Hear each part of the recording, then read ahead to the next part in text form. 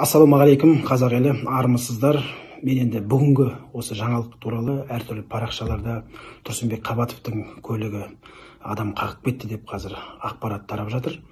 Ақпарат әртүрлі тарап жатыр. Сондықтан да мен өзім сіздерге өз аузымнан естіген жөн көріп отырмын.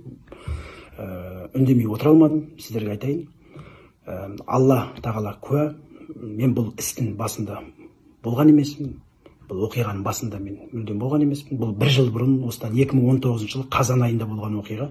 Менің көмекшім, жүргізушім емес, бір жерлерде водитель деп жазған екен. Мен водитель жоқ. Мен көлікте, рөлде өзім отырамын. Көмекшім, жанымда жүрген музыкантым, кешкі құрылым келіп, менен көлік сұрады. Бір жұмыстармен бір жерге барып келейін деп едім деп. Енді ойымда ештеңе жоқ. Оның арты бұлай аяқталатынын шыны керек білген жоқпын. Кім қалай аяқталатынын.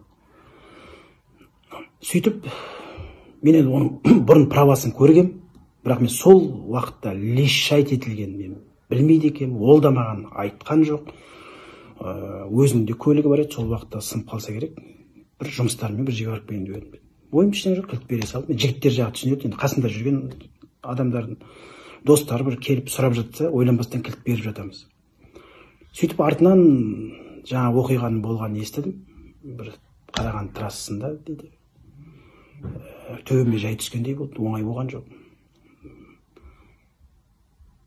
Содан сұрастыра келе, жаңа марқұм өз кінәлі екен, кішкене ішкені бар дейді.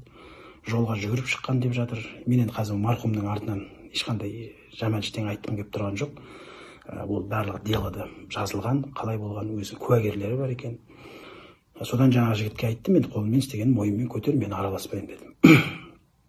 Біреулер енді Тұрсынбек шешіп тастады, Тұрсынбек ақша берді. Мен ешкімге хабарласқан емеспін, ешкіммен сөйлескен емеспін. Бұл іске араласқан жоқпын. Маған қойған сұрақтарға жауап бердім.